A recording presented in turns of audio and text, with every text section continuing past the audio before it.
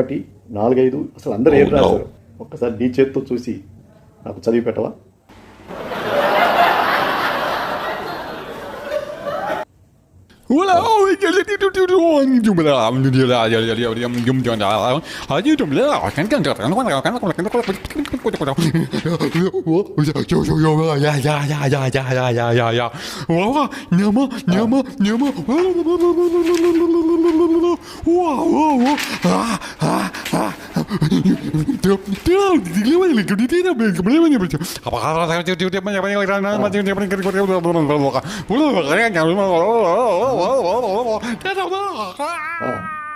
చెప్పు, ఒక్కొక్క దాంట్లో ఏముంది? అందరూ ఒకటే రాశారు. అన్నిట్లో ఒకటే ఉందా? ఏమని?